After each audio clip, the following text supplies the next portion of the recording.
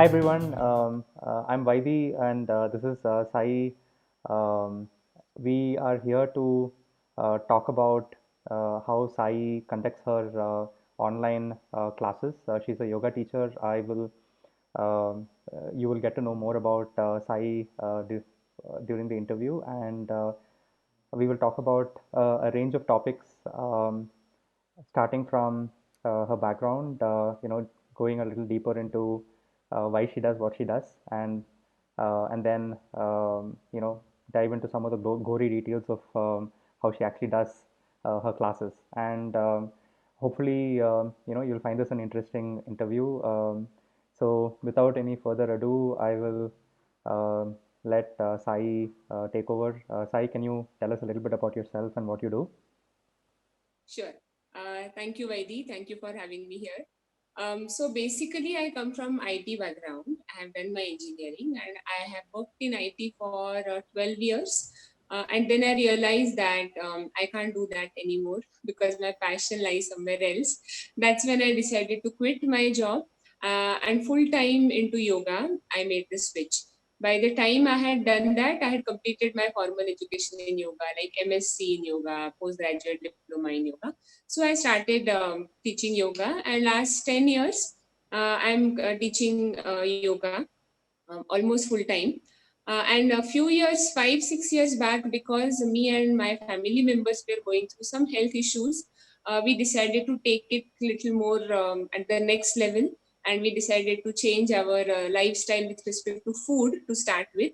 And that's how now I also work as a holistic nutrition health coach, where I coach people changing their lifestyle with respect to eating right, moving right through yoga classes, and resting right and thinking right. So that is all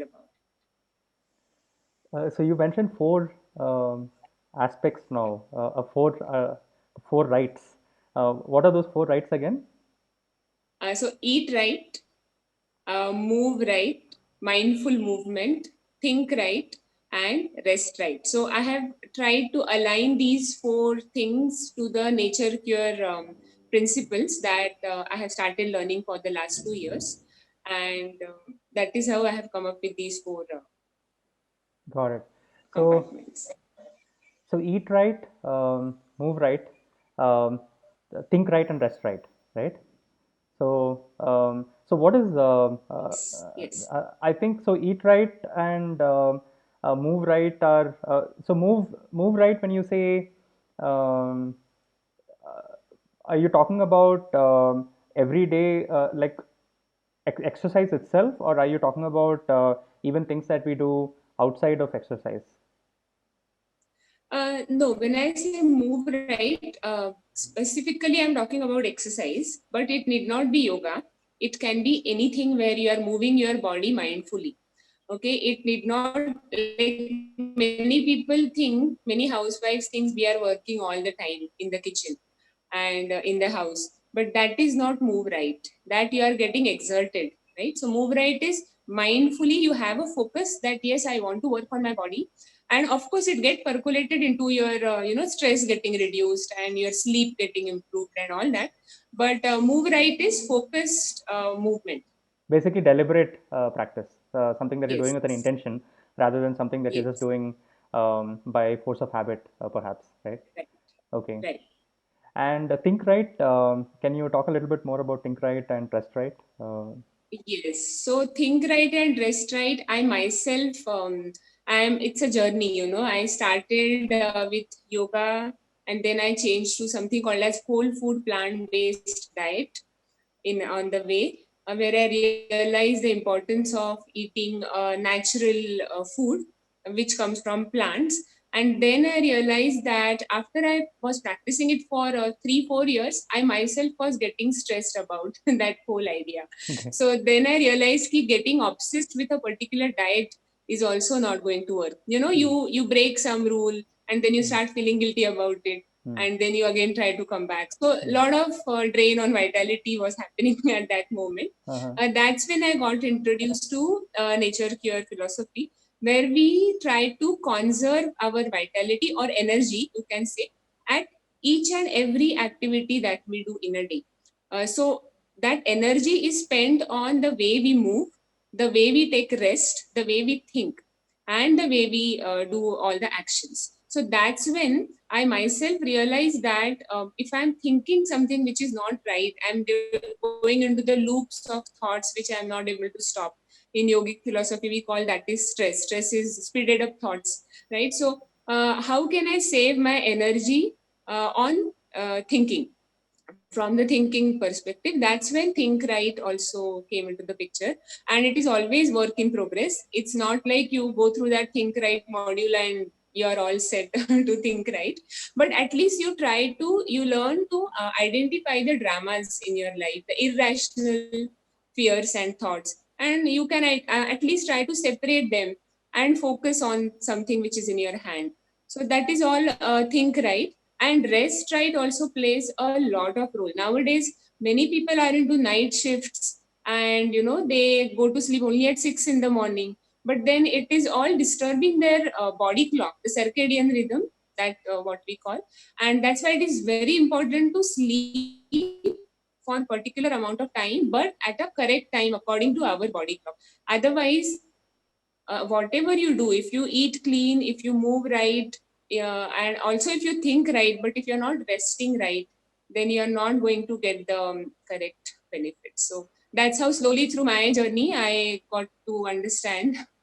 And this is right now, this is the program that I offer.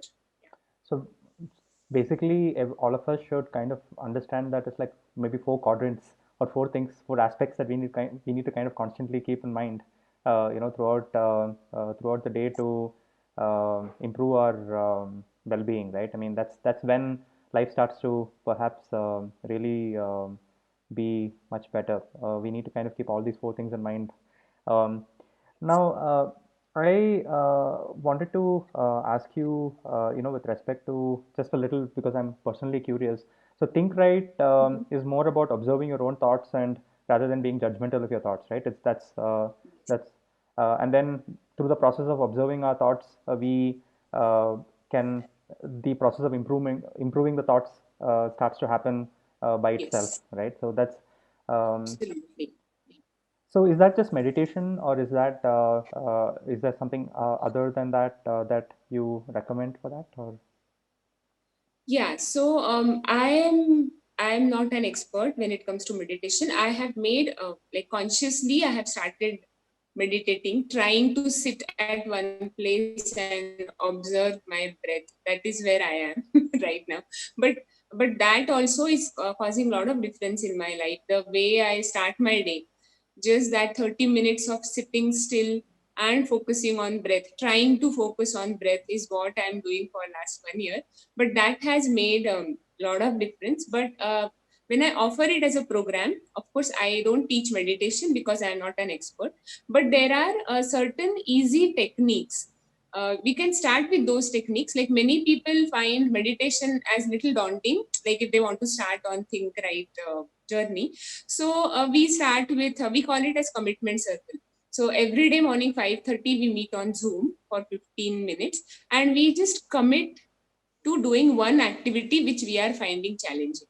got it. So it's a 21-day program, right? So every person will go on sharing in a circle that my commitment is this. And then we also slowly add affirmation. I want to work on this area in my life, so this is my affirmation for the day.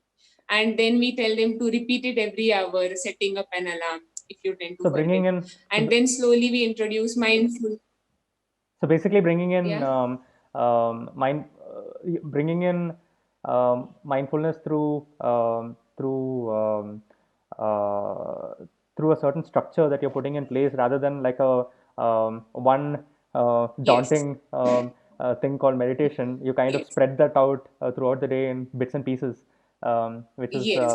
So we keep, so there are many other more techniques also, but right now we work with mindfulness and introducing gratitude. So writing gratitude journal in the night. So there are different ways we try to just change the attitude and make it more positive. And then meditation happens organically after that. That's what I have seen. correct. Once you are in that correct mind frame, then you feel like, yes, it makes sense for me to spend 15 minutes meditating. Otherwise, without that willingness or readiness, meditation doesn't happen generally, Correct, at least correct, in my correct, experience. correct. I guess if you have to dip your toes in the water before you feel like you want to swim, right? So I guess so. The so maybe we can step back a little bit. I realized that I might have gone straight into your program structure and other things, which is what I wanted to talk about next. So maybe you can. So you mentioned that earlier you were purely you were focusing just on yoga. Let's say what we would normally think of as a yoga teacher, asanas and meditation, and we have a fairly more common setup. And now uh, you're focused on wholesome wellness. So uh, can you tell us a little bit about what your current structure looks like? Like how do you actually help people focus on those four aspects? I am aware that you have multiple programs in place to kind of help people focus on these four things, but maybe you can tell us like how you actually structure your services. So Sure. So broadly, there are two categories. One is pure yoga sessions. So I teach yoga every day 2 hours. And it is like combination of hatha yoga, vinyasa, and there are also non-physical yoga classes separately where we practice only yoga nidra, pranayam, and yin yoga as a set. And uh, and apart from that, there is this 21-day holistic nutrition coaching program. So this 21-day program, first when I started, it used to happen offline. Like people used to meet. We used to meet at one place, and then I used to teach all that. But over the time of last 2 years, it has changed to completely online program.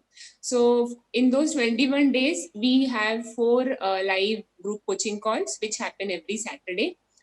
So it's a group coaching. So we have generally 15 to 20 people participating per month. Monthly one batch happens. So 4 Saturdays we meet online on Zoom, and 5:30 a.m. in the morning we meet again online for the commitment circle.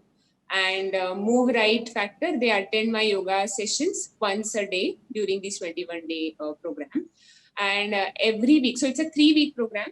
When it comes to Eat Right, we go step by step. So we have designed levels, beginners, intermediate, and advanced. These names are just for our understanding. There is nothing like that really. But we start at beginners level in week 1. Slowly you get comfortable with that way of eating. Then you move on to intermediate level. And last week you get to experiment with the final level, which goes in line with Nature Cure prescribed diet. So we slowly move to that level. So at the end of 21 days, you learn 12 to 13 habits, which are spread across these 3 weeks. So every week, 3, 4 habits is what we learn and we try to implement, and we go on adding those habits. So at the end of the program, you get a complete routine, including the self-care practices, which are focusing on all these four things. So that is what I do. 21-day program and yoga sessions. got it, got it. And so they are complementary, right? So you have your physical yoga, you have non-physical yoga, and then the 21-day program, and the 20, and I guess the move right is so is it like the physical is move right, the rest you're talking about a little bit of rest or rest right is obviously yoga nidra No, would be part of rest right, right? yes, So that would be yes, non-physical yoga, and then you have your eat right and think right, probably as yeah. part of your 21-day program. Very nice. So the and what I was actually quite curious when you were talking about this was, so one of the things I wanted to talk about, which is a focus of these interview series, is really how has the COVID era, this transition to online teaching, how has that impacted teachers, and how are teachers today uh, not just coping but thriving in this particular new normal that has affected all of us. And I was, it was quite interesting to hear you say that it was not moving your 21-day program, online was not something that was actually a response to COVID, but more something that you were already doing earlier. Having said that, maybe we can step back a little bit and how has since let's say January, February, maybe you can talk about how things were, in 2019, and how did you manage the transition? If you can walk us through that process, that would be quite useful. So, Yeah, so for me, seriously, I'm grateful for COVID in some sense, I would say, because my business has double, tripled, I don't know. It has really gone up, and which I would have never imagined that. See, I'm teaching yoga for the last 10 years, and I was teaching in different places. So first I used to stay in Sun City, like near Belandur. So I had big 50, 60 yoga students with me for 5, 6 years continuously. And then I shifted to Sarjapur Road. So I had to lose all those students. I mean, we were missing each other's company and teaching. And I had never thought again I'll be able to, teach them and we could get together. But after this COVID only, I just decided when I decided to switch my yoga classes online, I could connect to all my apartment students, my old Sun City students, my Pune relatives and friends. I mean, really, there is no limitation now.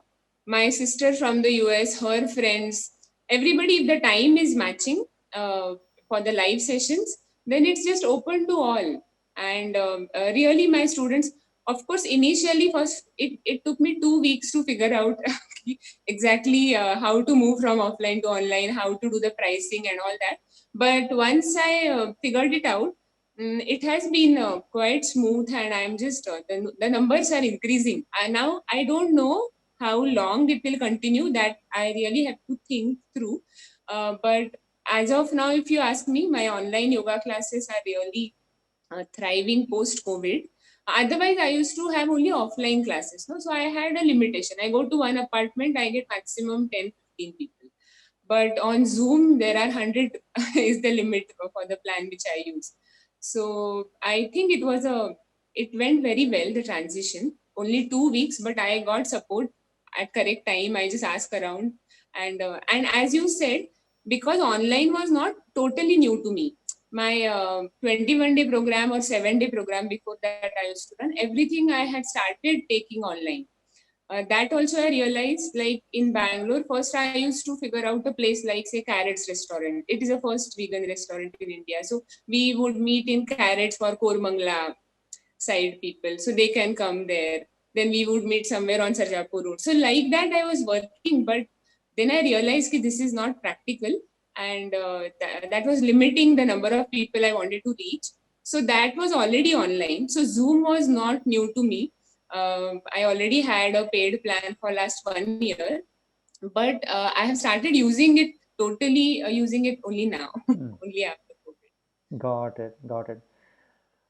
Maybe we can dive a little bit more into a couple of things. One is like how do you actually take your, conduct your physical classes, the non-physical classes, and your 21-day program. We can get into the nitty-gritties of that, and I think that would be quite useful, both in terms of the software that you use, the hardware that you use. How do you take care of audio, sound, all of these things, and also the interaction with students. And the second thing, which I think would also be quite useful for our audience is like, how do you manage acquisition of customers? How do you get new customers, and how do you retain them? Is there and lastly, the third bit, which is the pricing. You did touch upon that briefly. How do you price in this new age? And I think it would be quite useful if you can share, how you thought through that. It's a challenge which I think many people are right now facing, and I think it would be quite useful if we could get these three things. Uh, if you could share, how these three things go on. So, starting, if that's good for you, then maybe we can start with the uh, the exact process of how do you do these three types of coaching that you do. What's your setup? How do you conduct them? Okay. So to conduct yoga classes, I just need my yoga mat and one room, and some 4 to 5 feet on away from my yoga mat, I keep my mobile phone, and I use my mobile phone to capture the video of the class. So initially, when I started, I used to use the mic, the wired speaker, sorry, and then I realized that it was coming in a way of teaching yoga. So wireless somehow it didn't. Bluetooth speakers never worked. It used to give some or the other problem.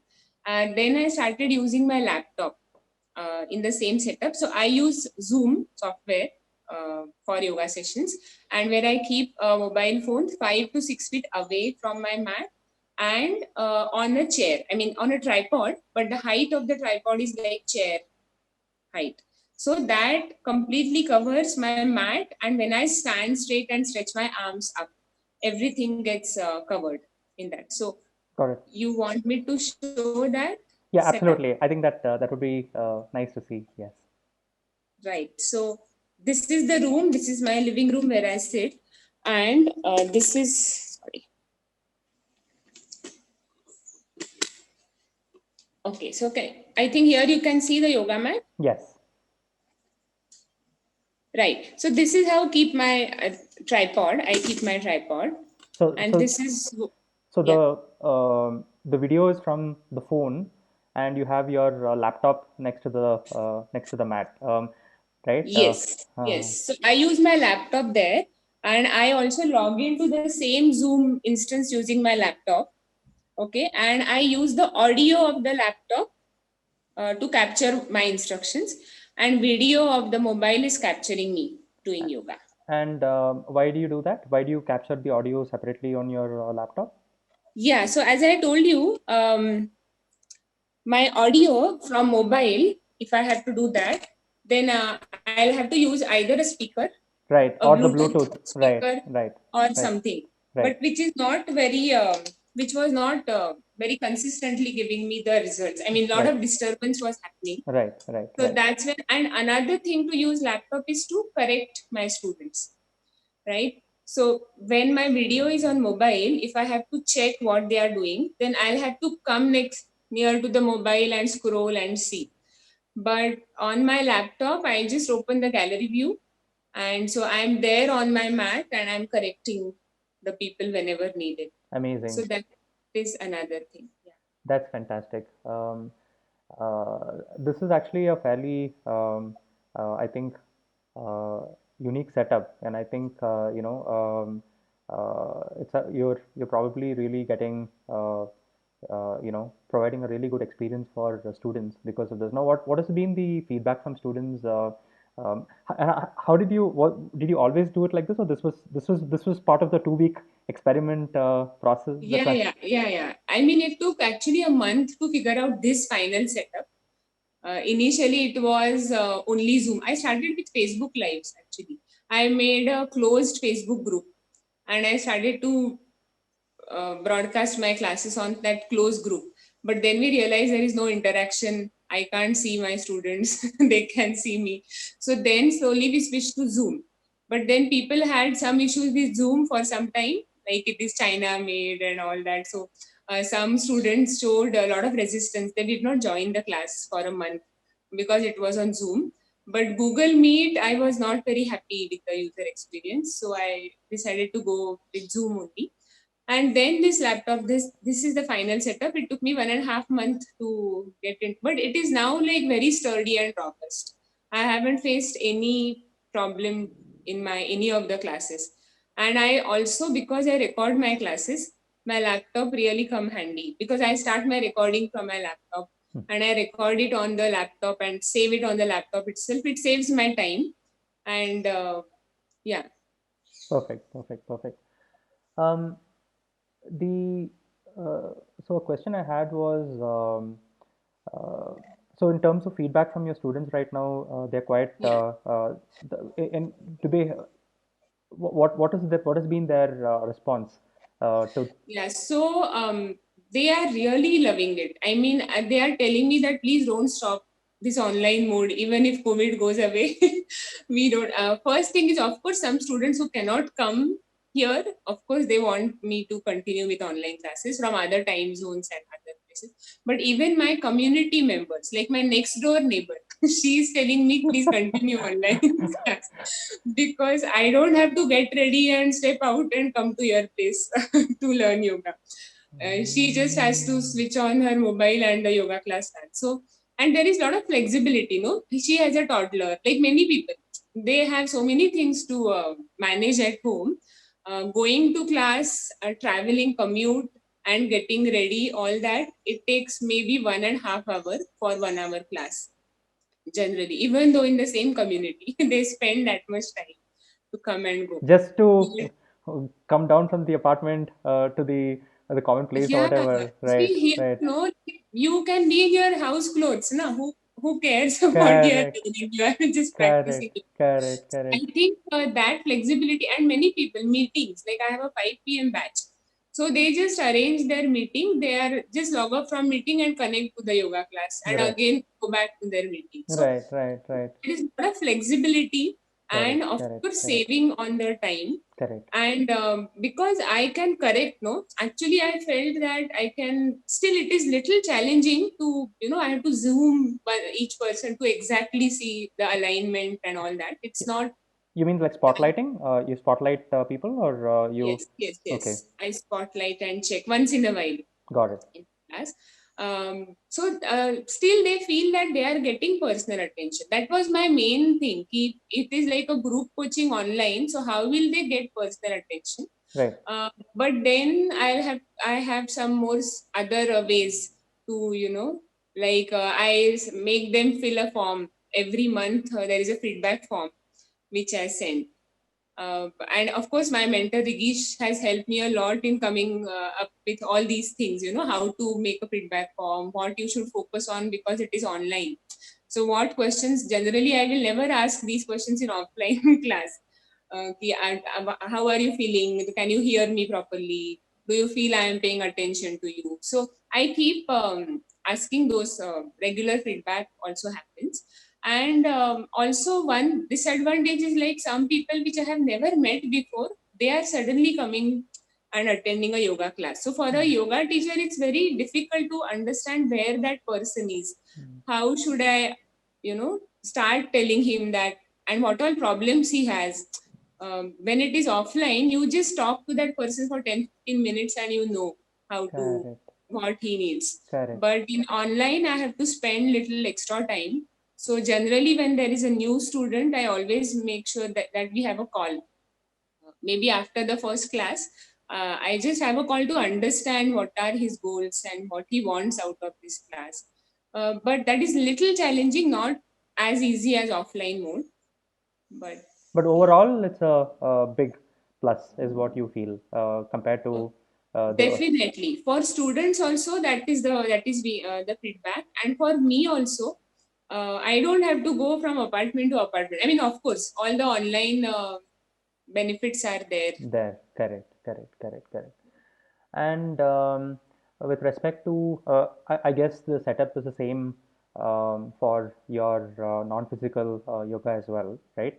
Yes. And very quickly, what are, if any, differences for your 21-day program? Are there any other significant changes in that in terms of the tools that you use for your workshop? 21 day, no. Generally, I mean, I don't use, of course, this setup. I just use my table and chair because it's all only the group discussion and call and all that. Got it, got it, got it. But it's same only. Zoom, You we use Zoom use for Zoom, that, right, right. and I also record and I provide recording Got it. later if needed. Got it, got it, got it. Um, so if we can move to the business aspect of the how you're doing things like pricing and subscriptions and payments, and how you were uh, you know how are you managing acquiring customers and getting paid, and uh, rather acquiring customers, the pricing itself, how did you figure that out? And then of course, how are you getting paid and managing subscriptions? I mean, I obviously you are using practice now, but maybe you can share your experience with the product as well, as part of this part of the interview.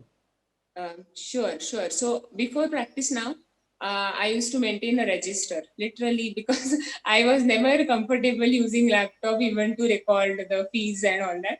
So I still have all my 10 years Oh, it was not in a booked with spreadsheet. me. You were not using spreadsheets also. No, Okay. never. So it was always that register, and I used to take attendance also. I mean, Okay. not, I just used to mark everyone after they go from the class. So it was all in that. And I remember I used to spend at least 2 hours a week or a month at least to, make everything, who has paid what and how much is spending and all that. And so of course, practice now, I'll talk about it, that how it has really saved a lot of time. And pricing wise, I think when I started online, I was not very sure how much I should charge compared to offline, whether it should be more or less.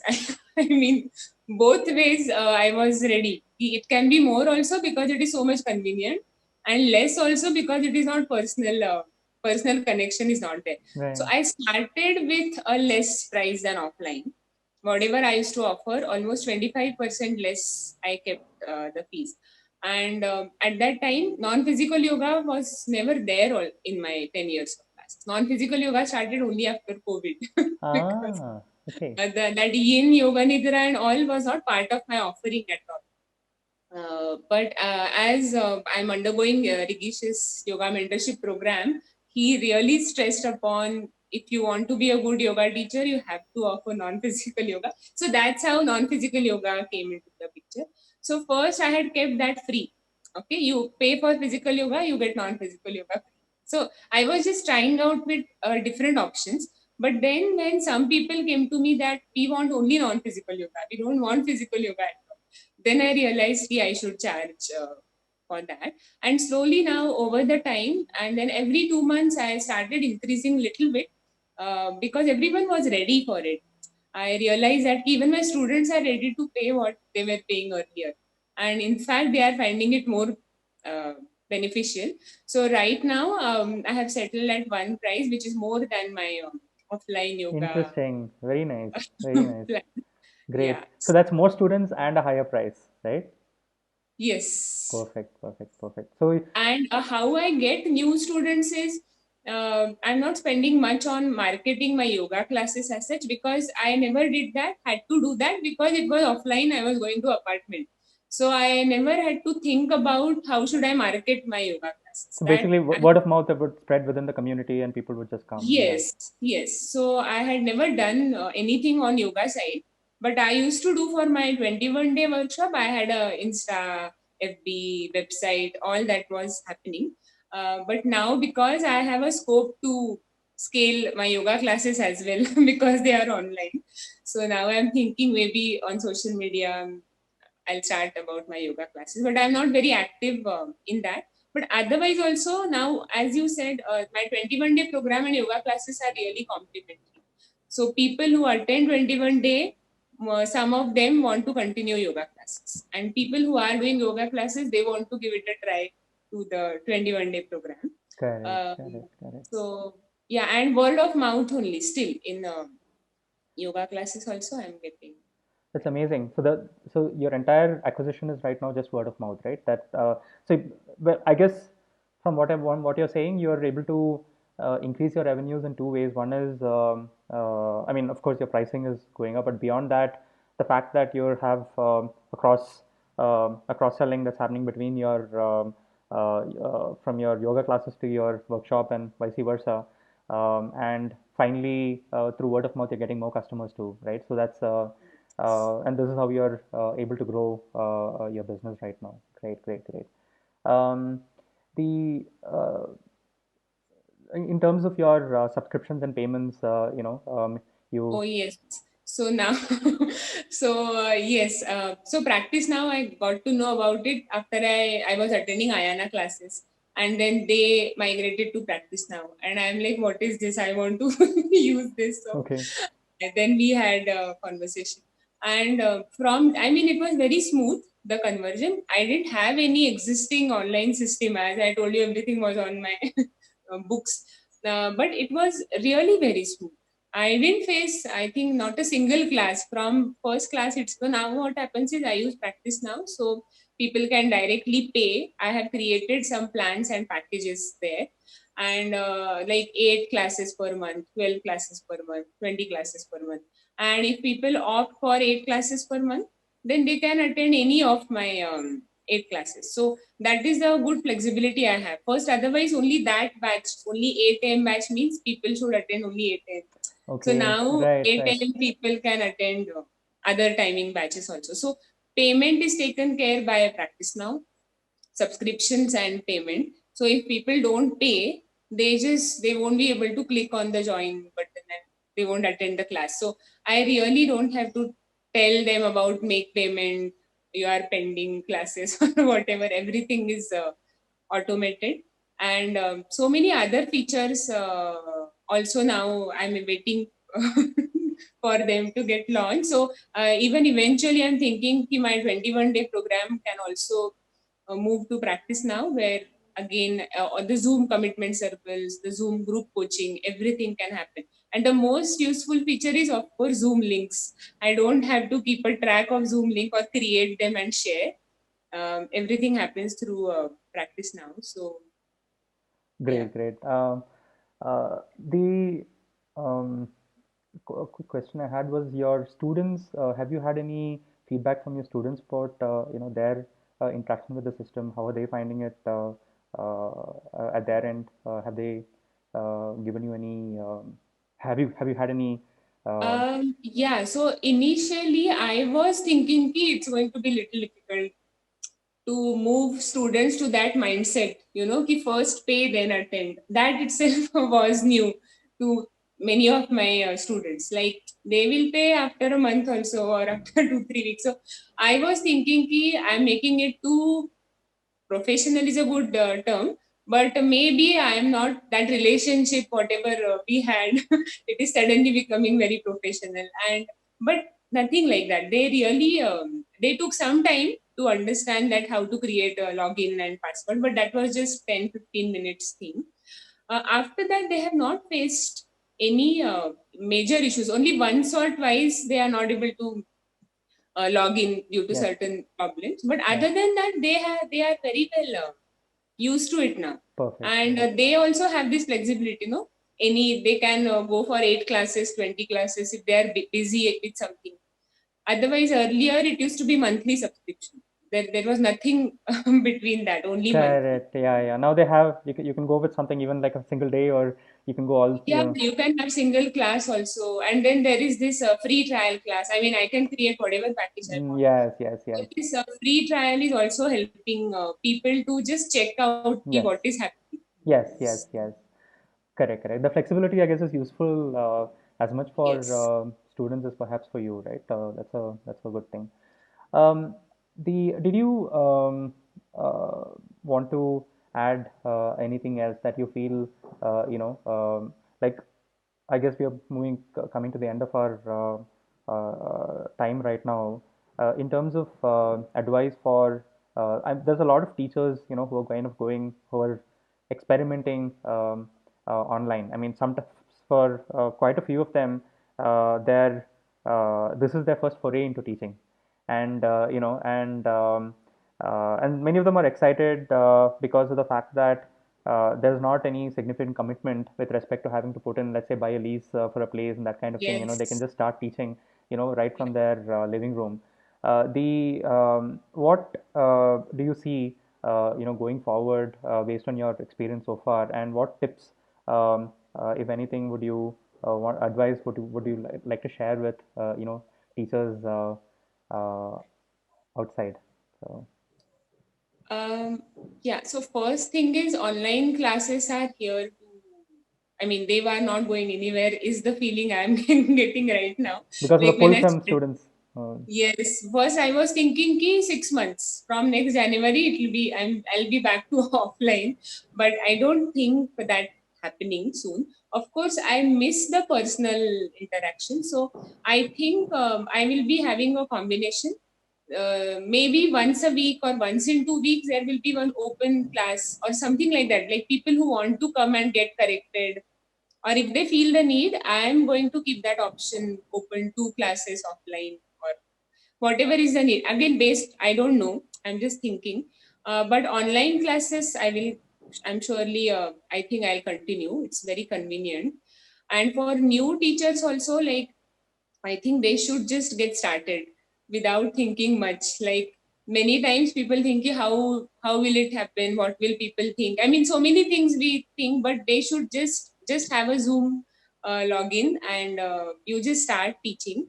Now, how to retain or how to make it into a long term thing, that needs a lot of efforts and planning from a teacher side. Like, you can get started very easily, and you can even pull it for 6 months. But after 6 months, because now again another thing of online thing is competition is like, anybody can attend anybody's classes, right? Why will someone come to me if you have some great expert 30-year experienced teacher is Correct. taking online class? So Correct. Correct. that also we have to think, what is that is unique, that which you can give to your students.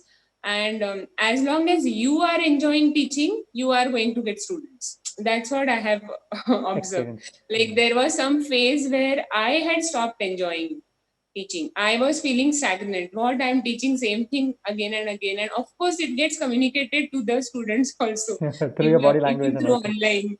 online medium. So I think for yoga teachers, it's exciting also that everything is happening online and you can get students. But at the same time, it is competitive.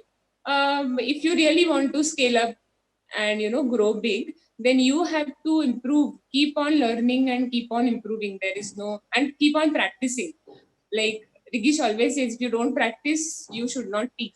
So I think it is very good that whatever is happening, everything is going online, but we have to really work hard and really keep our skills updated. This Yes. is what I think.